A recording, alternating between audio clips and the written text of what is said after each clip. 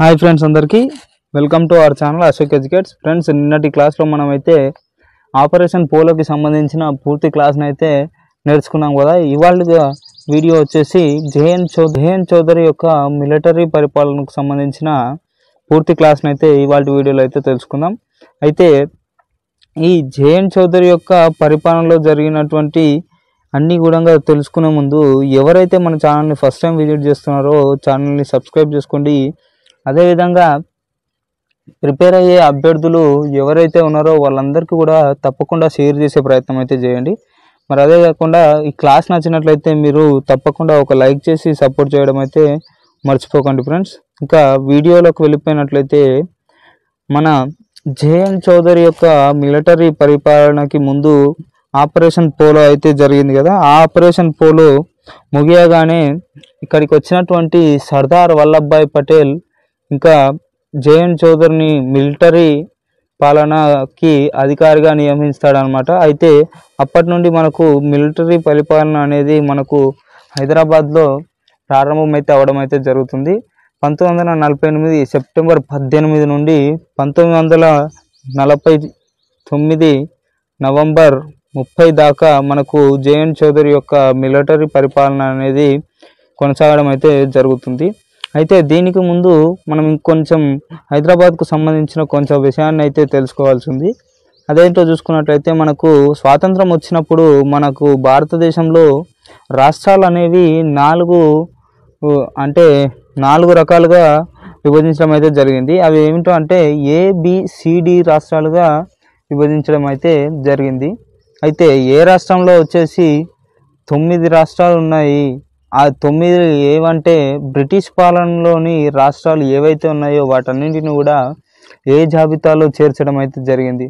మరి తర్వాత బి జాబితాలో 9 రాష్ట్రాలు ఉన్నాయి. ఆ బి జాబితాలో ఏమేమి ఉన్నాయంటే పెద్ద సంస్థానాలు ఏమైతే ఉన్నాయో వాటన్నిటిని కూడా బి జాబితాలో చేర్చడం జరిగింది.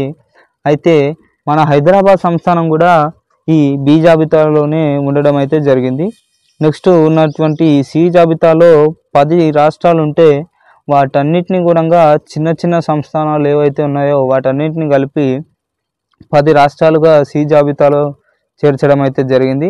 అదేవిధంగా డి జాబితాలో ఉన్న ఒకే ఒక రాష్ట్రం అదేంటంటే అప్పుడున్నటువంటి అండమాన్ అండ్ నికోబార్ దీవులు ఏవైతే ఉన్నాయో వాటిని డి జాబితాలో చేర్చడం అయితే జరిగిందనమాట. అయితే మనకు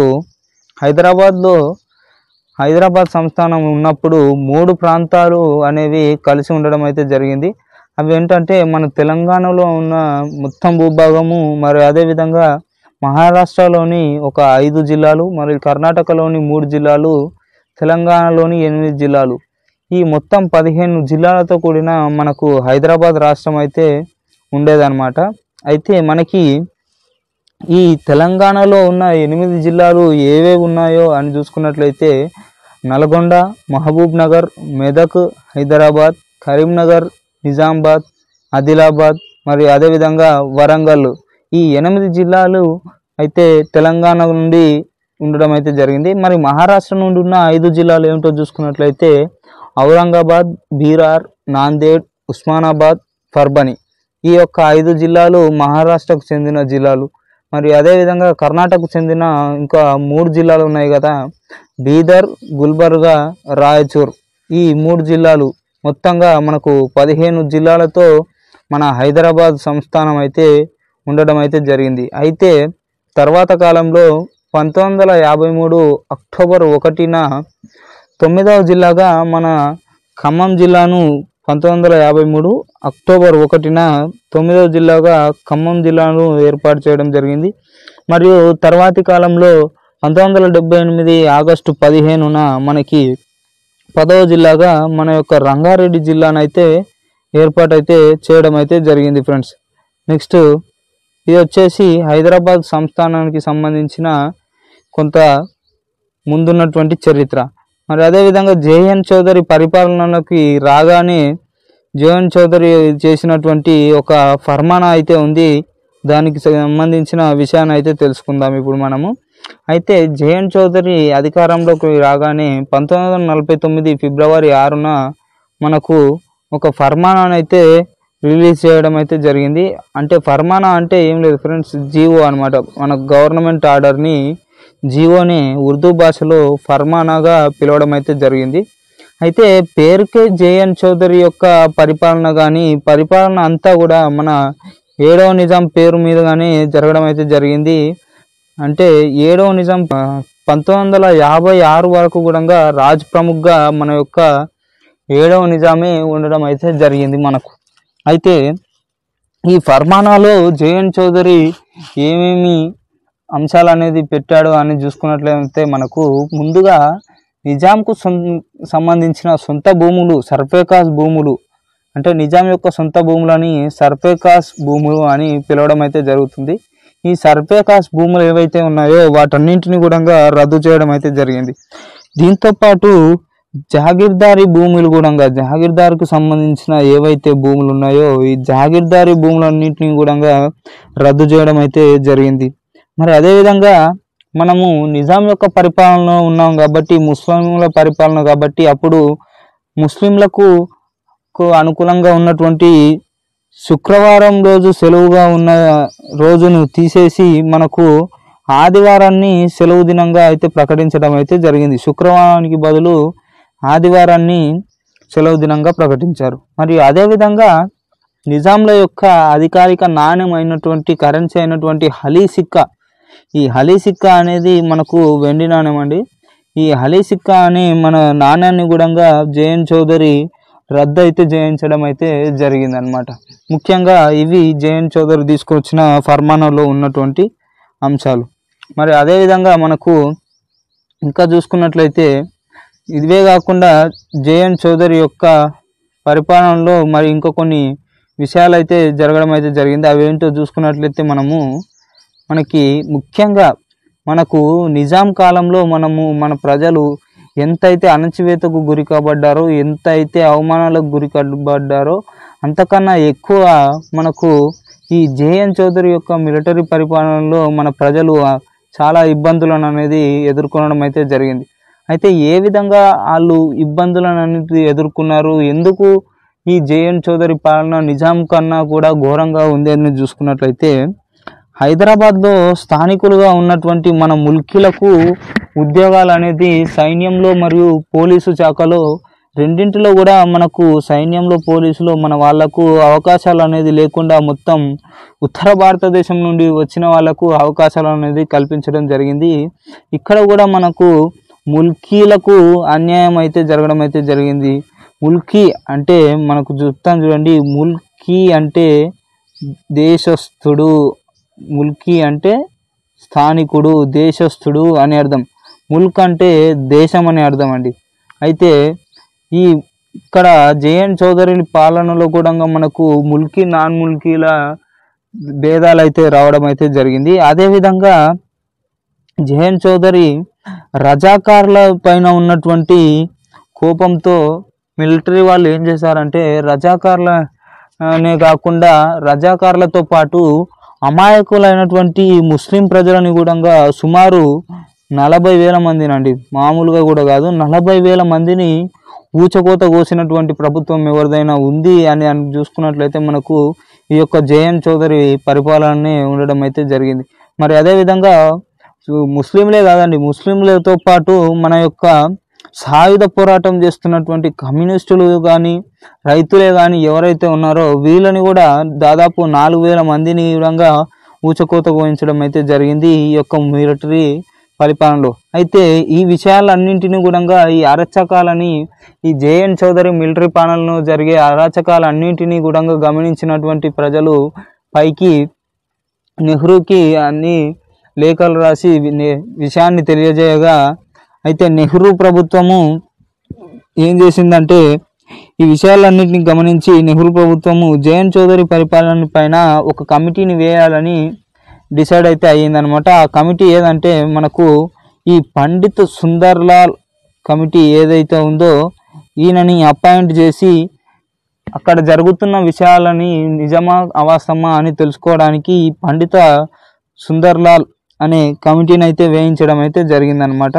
అయితే మనకు ఈ పండిత్ సుందర్లాల్ కమిటీ అనేది ఏ విధంగా ఉంది అని చూసుకున్నట్లయితే మరి దాని యొక్క నివేదిక ఏ విధంగా ఉంది అని ఒకసారి పండిత్ సుందర్లాల్ కమిటీ గురించి చూసుకున్నట్లయితే మనము ఈ పండిత్ సుందర్లాల్ కమిటీ అనేది 1949 నవంబర్లో ఏర్పాటు చేయడం అయితే జరిగింది. మరియు అదేవిధంగా దీనిలోని సభ్యులు చూసుకున్నట్లయితే 1+2 మొత్తంగా 3 సభ్యులు అయితే ఉండడం అయితే జరిగింది. ఆ 3 సభ్యులకెల్లా పేర్లు చూసుకున్నట్లయితే ఒకటి పండిత్ సుందర్లాల్ గారు, నెక్స్ట్ రెండో వ్యక్తి మౌలానా అబ్దుల్ మిస్త్రీ, మరియు అదేవిధంగా మూడో వ్యక్తి ఖాజీ అబ్దుల్ గఫర్.